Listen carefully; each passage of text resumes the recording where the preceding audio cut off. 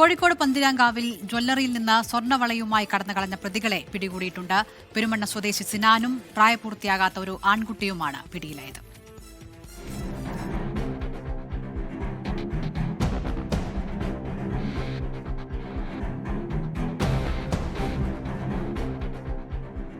സിനിമയെ വെല്ലുന്ന രീതിയിലായിരുന്നു കവർച്ച. പന്തിരാങ്കാവ് അങ്ങാടിയിലെ ഫാഷൻ ജ്വല്ലറിയിൽ ഉപഭോക്താവെന്ന വ്യാജനെത്തിയ യുവാവ് ഉടമയോട് വളകൾ ആവശ്യപ്പെടുകയായിരുന്നു. വിവിധ അളവിലുള്ള 17 ഗ്രാം തൂക്കം വരുന്ന 4 വളകൾ ഉടമ പുറത്തെടുത്തു.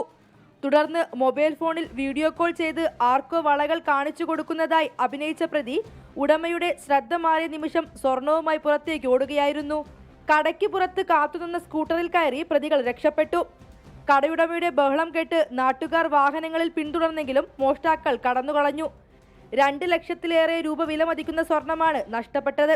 സംഭവത്തിന് പിന്നാലെ പന്തിരാങ്കാവ് പോലീസ് സ്ഥലത്തെത്തി CCTV ദൃശ്യങ്ങൾ കേന്ദ്രീകരിച്ച് നടത്തിയ ഊർജിതമായ അന്വേഷണമാണ് പ്രതികളെ കുടുക്കിയത്.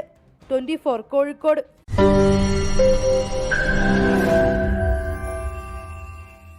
ലോകത്തെവിടെയായാലും ഏത് സമയത്തും 24 വാർത്തകളും ഓഗ്മെന്റഡ് റിയാലിറ്റി പാക്കേജുകളും എക്സ്പ്ലെയിനറുകളും വിശദമായി കാണാൻ ഞങ്ങളുടെ യൂട്യൂബ് ചാനൽ നിങ്ങൾക്ക് സബ്സ്ക്രൈബ് ചെയ്യാം.